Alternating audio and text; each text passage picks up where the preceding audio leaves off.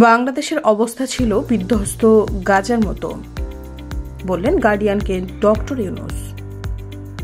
গত বছর 5 August fascist Sheikh Hasina দেশ থেকে পালানোর পর বাংলাদেশের অবস্থা ছিল বিধ্বস্ত গাজার মতো।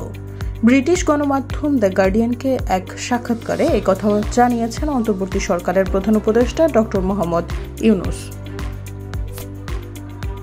তিনি বলেন, হাসিনা বাংলাদেশের অপূরণীয় ক্ষতি করেছেন। এটি ছিল সম্পূর্ণরূপে বিধ্বস্ত একটি দেশ, আরেকটি গাজার মতো। তবে এতে কোনো ভবন ধ্বংস হয়নি, ধ্বংস হয়েছে প্রতিষ্ঠান, নীতি, নৈতিকতা, মানুষ, আন্তর্জাতিক সম্পর্ক। গণমাধ্যমটি বলেছে, অধ্যাপক মোহাম্মদ ইউনূস যখন দেশে ফিরলেন তখনও বাংলাদেশের রাস্তাগুলো ছিল রক্তে ভেজা। পুলিশের ছোড়া বুলেটে নিহত 1000-এরও বেশি বিক্ষোভকারী ও শিশুর লাশ মর্গে স্তূপ করে রাখা ছিল তখনও।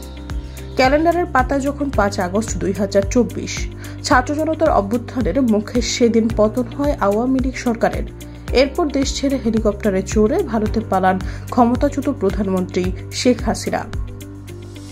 শেখ হাসিনার শাসনামল নিয়ে প্রধান উপদেষ্টা বলেন, হাসিনা শাসনামলে কোনো সরকার ছিল না, ছিল একটি দস্যু পরিবারের শাসন।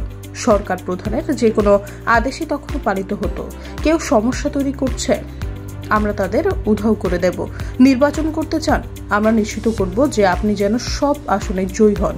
আপনি টাকা চান, এই যে ব্যাংক থেকে $1 মিলিয়ন ঋণ, যা আপনাকে কখনোই ফেরত দিতে হবে না। সৈয়দা ফারিয়া, সমযোগ।